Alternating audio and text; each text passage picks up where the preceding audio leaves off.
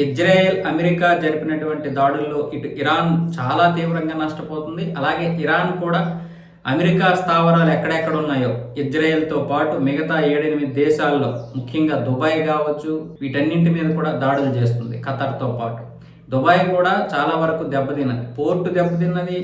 తర్వాత international airport Burj Khalifa కూడా పాక్షికంగా దెబ్బతిన్నట్లుగా అయితే తెలుస్తుంది. అలాగే ఇజ్రాయెల్ కూడా శనివారం ఒక్కరోజే 1200 బాంబులు విడిచిపెట్టింది ఇరాన్ మీద, టెహ్రాన్ మీద. దాంతో అక్కడ ఉన్నటువంటి రక్షణ మంత్రి general Aziz Nasir Zadeh, chief of army staff general Abdul Rahim Mousavi వీళ్ళిద్దరు కూడా చనిపోయారు. ఇరాన్ రక్షణ మండలి సమావేశాన్ని లక్ష్యంగా చేసుకుని జరిపిన ఈ యొక్క వైమానిక దాడిలో వీరు మరణించారని ఇరాన్ అధికారిక మీడియా IRNA ఆదివారం అయితే వెల్లడించింది.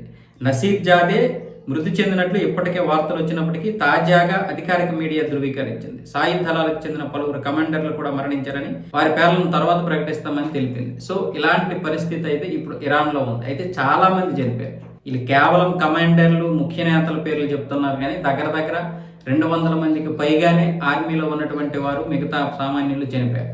ఇక ఈ సైనికులు, ఈ వాలంటీర్గా పనిచేస్తున్నటువంటి బాసత్ దళాలు ఎంతమంది చనిపోయారు అన్న విషయం అయితే ఇంకా లెక్కలో తేలలేదు.